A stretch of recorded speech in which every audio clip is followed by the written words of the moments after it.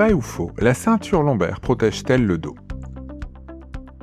C'est bon, j'ai ma ceinture, je peux porter ce carton de 30 kg tout seul. On a tous vu un collègue de l'atelier ou de la logistique faire cela.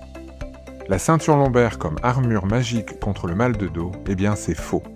Non seulement elle ne prévient pas le mal de dos, mais l'utiliser comme un équipement de protection miracle peut même s'avérer contre-productif. L'explication.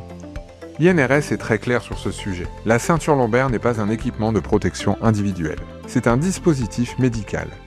Elle est prescrite par un médecin après une blessure pour bloquer temporairement l'amplitude du mouvement.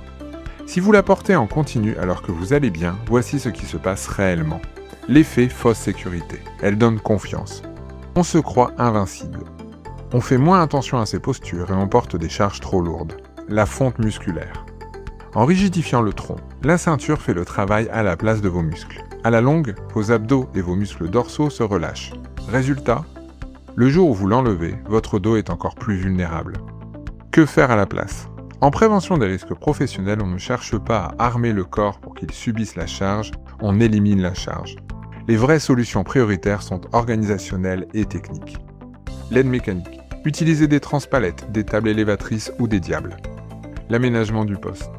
Évitez de stocker des charges lourdes au sol ou trop en hauteur. La formation. Apprendre à évaluer la charge et à utiliser ses cuisses plutôt que de plier la colonne.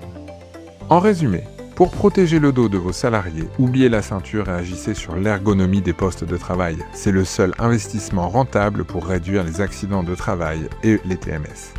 Vous souhaitez auditer des postes de manutention de votre entreprise ou former vos équipes aux gestes et postures en situation réelle? N'hésitez pas à nous contacter.